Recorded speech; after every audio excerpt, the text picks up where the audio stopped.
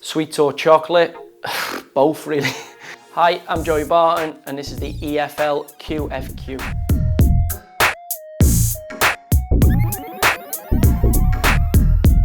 Playing or coaching? Definitely playing. It's a lot easier. You only have to look after yourself, make sure you perform on a Saturday. Obviously the coaching aspect has many realms, and a lot of them are to do with other people, so it's much easier to get yourself to a high level of performance than to get a group. Who was the biggest joker in the dressing room?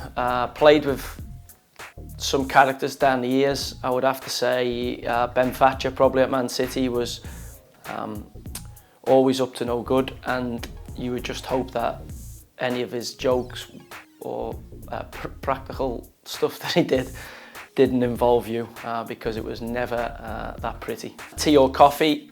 Depends really, but I would probably side towards tea. Grew up drinking tea. Obviously my grandmother and my mother thought it was the antidote for everything, from colds to getting kicked on the shin or football injuries. A good cup of tea was always the way to sort it out.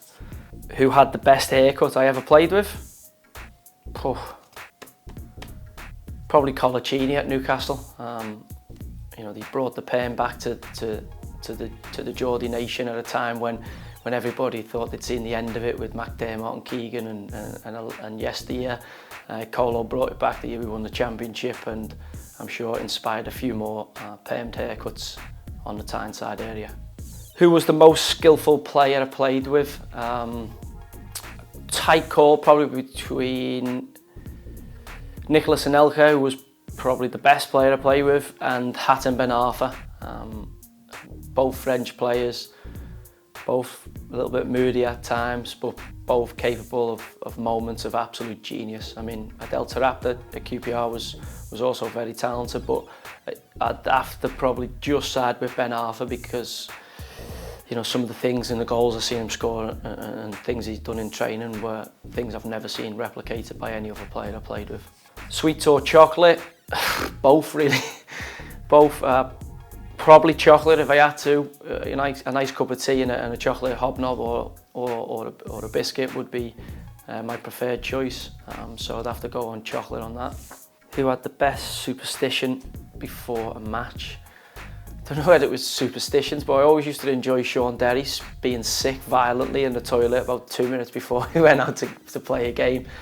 Such was the kind of adrenaline that was in his system, the way he got himself pumped up for a match, that occasionally it would overflow, and a couple of minutes before you're due to go out to play some of the household names in the Premier League, you'd find Des with his head in the toilet, which was in the middle of the dressing room at QPR at the time. So everybody was fully aware of that. So whether it was a superstition or not, it worked for him because he had a great career, but probably the funniest one I'd seen was Des's.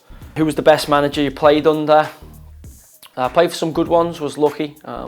Played for some really good ones, probably when I was younger, in terms of Kevin Keegan. He was certainly filled us with enthusiasm, and looking back at it as a young player, I probably didn't understand it, but as a young manager now I do. But the one I enjoyed the most was definitely Sean Dyche, I think, at Burnley. A manager who got an awful lot out of me in a short space of time, somebody who I'd just really enjoyed playing for, and you know, him and the rest of his coaching team there, I think, you know, you can see why they've had the success they had when, you know, players really enjoy the environment and would run through brick walls for them. Night in or night out?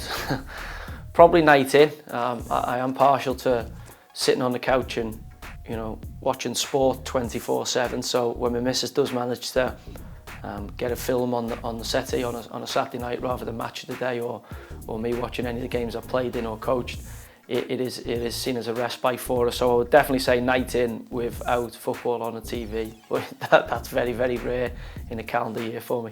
Team bath or ice bath? The team bath thing's kind of gone now.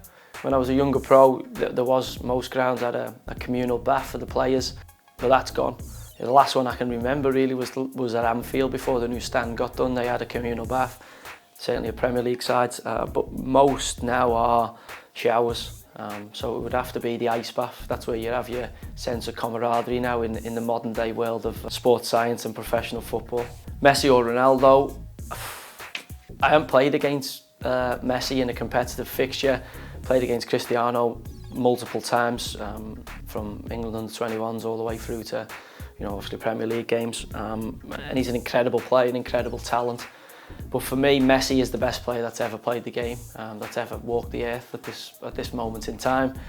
And the thing that does scare me about both of them is, the same way probably people thought about, Pele and Best and Maradona, Cruyff, there will be somebody who comes along in the next period of time that will be better than both of them. So when you think of what both of them are doing, it absolutely scares you to think there's going to be a player somewhere. This player may be born somewhere now that's going to be better and break Messi and Ronaldo's records, which, just thinking about it, the mind boggles. I mean, he's going to be some player, and I hope I'm coaching and managing when he does it. Who was your biggest inspiration in football? Probably my family, but more specifically my dad. My dad played just out, like, kind of semi-professional football for Knowsley United, Norwich Victoria, Warrington Town. Never quite made it as a pro, but your dad always being your hero.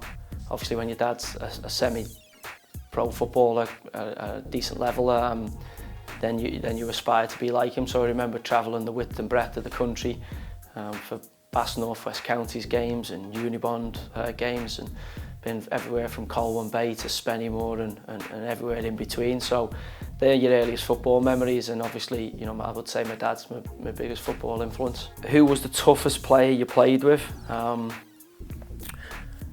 Richard Dunn, probably in his way. Not really a shouter and a baller, but certainly someone you didn't want to run into, or most people, if they did run into him, they kind of knew about it. He went about it in a very calm fashion, but a player who was, in my opinion, grossly underrated, certainly by everybody outside of Ireland. I think everyone in Ireland knows what a good player he was, but a tough opponent and a lot better than probably people thought.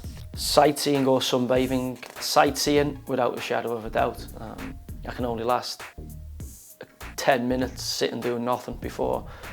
I'm a very active person, hyperactive some people would say, so I'd much prefer to be out seeing the sights and learning and asking questions, as I did to tour guide in Rome in the summer when we had him for 3 hours, and my missus reckons I asked them a ridiculous amount of questions. But I do like knowledge and like learning about things, so I don't feel awkward asking questions. But sightseeing.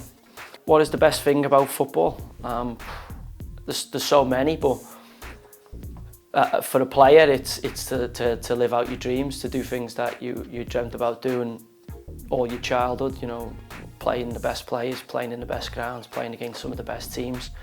As a coach, the best thing I've found so far is seeing players come in. I mean, because I'm in League One, I've had players come in from clubs where they've maybe not, been confident and have lost their way a little bit, and helping them get back on track, and seeing them, go back at the end of the loan with the shoulders pinned back and a bit of confidence in themselves as people, and obviously that transmits then to the football pitch. So helping people find the way. Loads of people did that with me in my career and in my life. And as a coach, if you can do that, then that's, if you get the results, obviously to stay in the job, it's important. But I think you have a duty of care to help people find their path through life if you can.